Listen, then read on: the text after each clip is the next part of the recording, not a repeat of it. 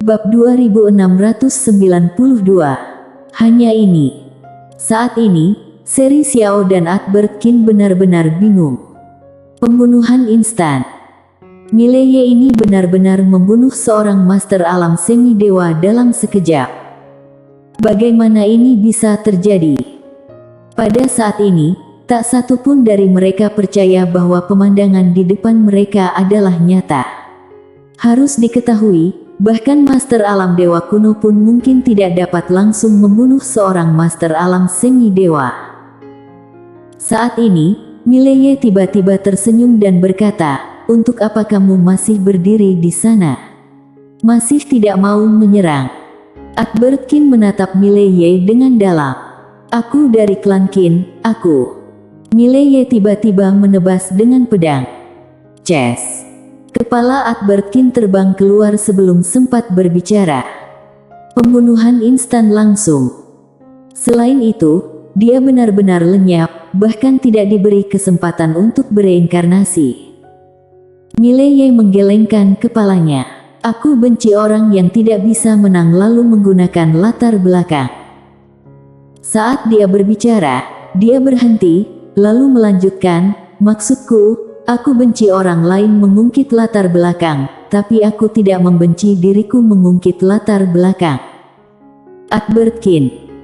Di kejauhan, wajah Seri Xiao pucat, dia menatap Mileye dengan tak percaya. "Kamu?" Mileye menatap Seri Xiao.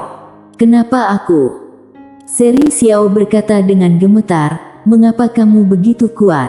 Kamu, bukankah kamu menindas yang kecil?" "Menindas yang kecil?" Mileye tertawa. Dia selalu diintimidasi oleh orang lain, dia tidak pernah berpikir bahwa suatu hari dia akan dapat menindas orang lain dengan kekuatannya.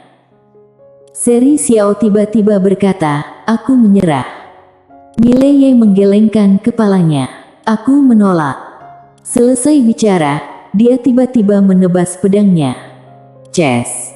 Kepala Seri Xiao terbang keluar, lalu menghilang. Benar-benar terhapus. Mileye tersenyum ringan, lalu merentangkan telapak tangannya, dan 3 cincin penyimpanan pun perlahan melayang ke tangannya. Itu adalah cincin penyimpanan ketiga orang ini. Namun, segera, wajahnya benar-benar berubah suram. Karena dia menemukan bahwa 3 cincin penyimpanan ini berjumlah kurang dari 100.000 nadi alam semesta. Sedikit sekali. Mileye mengerutkan kening. Jelas, sebelum ketiga orang ini datang, mereka memilih untuk tidak membawa banyak nadi alam semesta dan benda ilahi, untuk berjaga-jaga. Mileye sedikit terdiam. Sekarang dia benar-benar miskin. Ada total 220 juta nadi alam semesta sebelumnya, dan setelah memberikan 50 juta kepada Genosu, dia menggunakannya untuk teknik pedang dan terobosan, dan menghabiskan hampir 100 juta lagi. Sekarang dia hanya punya kurang dari 70 juta nadi alam semesta. Apa banyak? Sebenarnya tidak banyak. Karena dia masih membutuhkan banyak nadi alam semesta di masa depan, dan dia juga perlu membina master di Akademi Guanxuan, jadi 70 juta nadi alam semesta tidak banyak. Dia sedikit miskin. Mileye menghela nafas, lalu berbalik dan berjalan menuju aula. Dia hanya berharap akan ada lebih banyak yang bisa dia dapatkan di alam rahasia ini. Ketika Mileye berjalan ke pintu masuk aula utama, dia sepertinya teringat sesuatu. Dia melihat ke pena kebenaran agung. "Kak Pena, apakah di dalam berbahaya?" Dia benar-benar ketakutan. Tampan hanya untuk 3 hari. Kekuatannya saat ini, meskipun sangat kuat, bisa dibandingkan dengan Master Alam Dewa Kuno Agung, tetapi dia tetap harus berhati-hati, mungkin saja dia akan dihajar. Pena kebenaran agung tidak merespons. Mileye sedikit mengernyit. "Kak Pena, apakah kamu dipukuli oleh Lydia lagi?" Pena kebenaran agung. Masih ada yang ingin dikatakan Mileye. Pena kebenaran agung tiba-tiba berkata, "Aku sangat sibuk." Mileye. Mileye tidak mengganggu pena kebenaran agung lagi. Dia dengan perlahan membuka pintu, dan saat pintu terbuka, aura kuno langsung keluar. Mileye sedikit mengernyit, dengan pikirannya, jiwa pedang pun menjaga di sekelilingnya. Mileye berjalan ke aula, dan seluruh tempat itu kosong. Tidak jauh di depannya, ada futon. Di atas futon, seorang lelaki tua sedang duduk bersila. Lelaki tua itu mengenakan jubah hitam longgar, dan rambutnya yang panjang tersampir di belakang. Mileye langsung membungkuk dalam-dalam. Mileye memberi hormat kepada senior. Tidak ada tanggapan. Mileye ragu-ragu, lalu berkata, "Senior Dewa Tao, aku berada di pihak Quincy." Quincy. Pada saat ini, lelaki tua itu tiba-tiba mengangkat kepalanya perlahan. Dia menatap Mileye, matanya perlahan terbuka, bagian dalam matanya keruh, tetapi perlahan-lahan menjadi jernih. Pria tua itu memandang Mileye. "Nona Quincy." Mileye mengangguk, "Tepat sekali." Pria tua itu memandangi Mileye, dan setelah beberapa saat, dia sedikit tersenyum. "Luar biasa." Mileye memberi sedikit hormat. "Terima kasih atas pujianmu, senior." Orang tua itu berkata, "Kamu datang untuk warisanku." Mileye mengangguk, "Tepat sekali." Dewa Tao terdiam. Mileye dengan sungguh-sungguh berkata, "Senior, aku pikir aku sangat cocok." Orang tua itu tersenyum dan berkata, "Kenapa?" Mileye ragu-ragu, lalu berkata, "Bisakah aku mengatakan yang sebenarnya?" Orang tua itu mengangguk, "Iya." Mileye berkata dengan serius, "Karena senior tidak akan bertemu orang yang lebih baik dariku." Orang tua itu tercengang.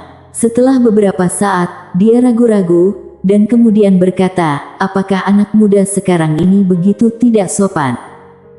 Mileye. Pria tua itu tiba-tiba tersenyum dan berkata, "Kamu memang hebat, tapi kamu seorang kultivator pedang, kan?" Mileye mengangguk.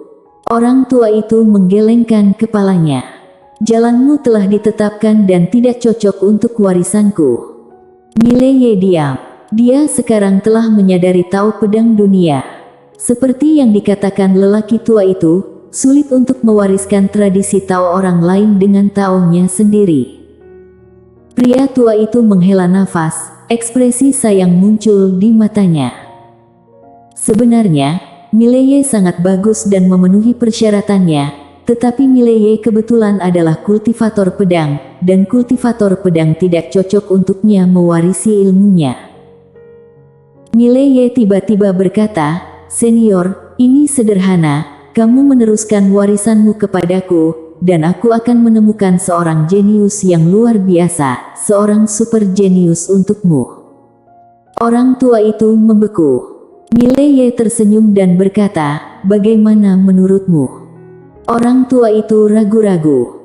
Mileye tersenyum sedikit. "Bahkan kalau senior tidak mempercayaiku, senior pasti percaya pada Nona Quincy, kan?" Quincy. Orang tua itu tersenyum dan berkata, "Apakah kamu punya calon?" Mileye mengangguk. "Ada satu, pihak lain pasti tidak akan mempermalukan senior." Setelah lelaki tua itu terdiam sejenak, dia melihat sekeliling, dan ekspresi kebingungan muncul di matanya. "Baiklah." Saat dia berbicara, dia merentangkan telapak tangannya, dan sebuah gulungan hitam perlahan melayang di depan Mileye. "Warisanku ada di dalam gulungan itu." Mileye mengambil gulungan itu dan memberi sedikit hormat. "Aku pasti akan memenuhi kepercayaan senior." Pria tua itu sedikit tersenyum. "Hati-hati." Saat dia berbicara, tubuhnya secara bertahap mulai menghilang. Mileye dengan cepat berkata, "Senior, apakah kamu masih punya yang lain?" Pria tua itu berkedip. "Benda apa?" Mileye langsung berkata, "Seperti nadi alam semesta, benda ilahi atau semacamnya." Orang tua itu menggelengkan kepalanya. "Ada ratusan juta nadi alam semesta sebelumnya, tetapi semuanya telah diambil oleh Nona Quincy. Quincy. Ekspresi Mileye membeku. Mileye benar-benar tidak bisa berkata-kata. Quincy mengambil semua harta karun di sini. Apalagi alam rahasia ini juga dijual. Wanita ini memang jago berbisnis. Aish. Mileye menghela nafas dalam hati. Pada saat ini, lelaki tua itu tiba-tiba tersenyum dan berkata, "Anak kecil, apakah kamu kenal dengan Nona Quincy?" Mileye mengangguk. Orang tua itu berkata pelan, "Dia orang yang istimewa. Kalau aku bertemu dengannya lebih awal, aku mungkin akan memiliki akhir yang berbeda." Mileye sedikit mengernyit. Biasanya, dengan kekuatan senior saat ini, akan sangat sulit untuk mati. Tapi senior berbicara sampai di sini, dia tidak melanjutkan. Ada pena kebenaran agung, jadi dia bisa melihat kenyataan. Lelaki tua di depannya bukan tubuh bayangan, tetapi tubuh utama, dan sekarang tubuh utama lelaki tua itu sedikit demi sedikit memudar. Tidak, harus dikatakan bahwa lelaki tua ini sudah lama meninggal. Dia hanya menahan diri hingga napas terakhir. Setelah hening sejenak, lelaki tua itu menghela nafas. Ceritanya panjang. Saat dia berbicara, dia memandang Mileye dengan ekspresi rumit. "Kamu tahu, semakin kuat kamu, semakin kecil kamu di seluruh alam semesta." Perasaan ini. Berbicara tentang ini, ekspresinya menjadi semakin rumit. Mileye terdiam. Dia sebenarnya bisa memahami Dewa Tao ini, karena dia juga pernah merasakan hal ini. Sebelum ini, dia menantang ayahnya. Dia hanya ingin melihat seberapa jauh dia dari ayahnya dan yang lainnya, tetapi dia menemukan bahwa dia masih belum bisa merasakan ketinggian sebenarnya dari ayahnya. Sekalipun dia sudah sangat kuat sekarang. Seringkali, bukan karena tingkatan alam runtuh, tetapi pandangan dan tingkatan alam setiap orang terbatas. Sebagai contoh sederhana, seorang jenius di desa, dia adalah yang pertama di desa, tetapi setelah dia datang ke kota. Di kota, dia mungkin bukan nomor satu. Dan bagaimana kalau dia pergi ke kota besar? Itu mungkin akan menjadi biasa saja. Dan kalau ditempatkan di seluruh negeri, dia bahkan mungkin tidak bisa dianggap biasa, tetapi kalau ditempatkan di seluruh dunia atau bahkan seluruh alam semesta. Mileye menghela nafas dalam hati. Seringkali, penglihatan akan membatasi pemahaman seseorang. Kalau dia belum pernah berhubungan dengan Lydia dan ayahnya, dia pasti berpikir bahwa alam dewa kuno agung sudah sangat-sangat sakti. Namun, setelah berhubungan dengan Lydia dan ayahnya, dia tahu bahwa alam dewa kuno agung dianggap kuat untuknya saat ini, tetapi di seluruh alam semesta mungkin masih termasuk kelas bawah. Saat ini, Dewa Tao benar-benar menghilang. Pihak lain masih tidak mengatakan mengapa dia bisa berada dalam situasi seperti itu, dan Mileye tidak membahasnya lebih jauh karena itu tidak ada artinya. Mileye melirik gulungan di tangannya, dan dia membungkuk sedikit di depannya. "Aku akan memenuhi kepercayaan senior padaku." Saat dia berbicara, dia melihat sekeliling, seluruh aula kosong, dan tidak ada harta karun lagi. Mileye tidak bisa berkata apa-apa. Jelas, Quincy sudah mengambil semuanya. Benar-benar bandit. Mileye tidak tinggal lebih lama. Dia berbalik dan pergi. Ketika Mileye meninggalkan aula, 3 aura menakutkan tiba-tiba turun dari langit, dan saat berikutnya, ketiga aura ini menguncinya secara langsung. Mileye melihat ke kejauhan, tidak jauh, muncul 3 lelaki tua. Ketiga lelaki tua itu adalah alam dewa kuno. Mileye sedikit mengernyit, hanya alam dewa kuno. Memandang rendah dirinya. Dia secara alami tahu bahwa 3 orang di depannya pasti adalah master di belakang seri Xiao dan 2 orang sebelumnya. Pada saat ini, Lelaki tua yang memimpin di kejauhan tiba-tiba berkata, "Kamu yang membunuh mereka bertiga?" Mileye mengangguk, "Iya."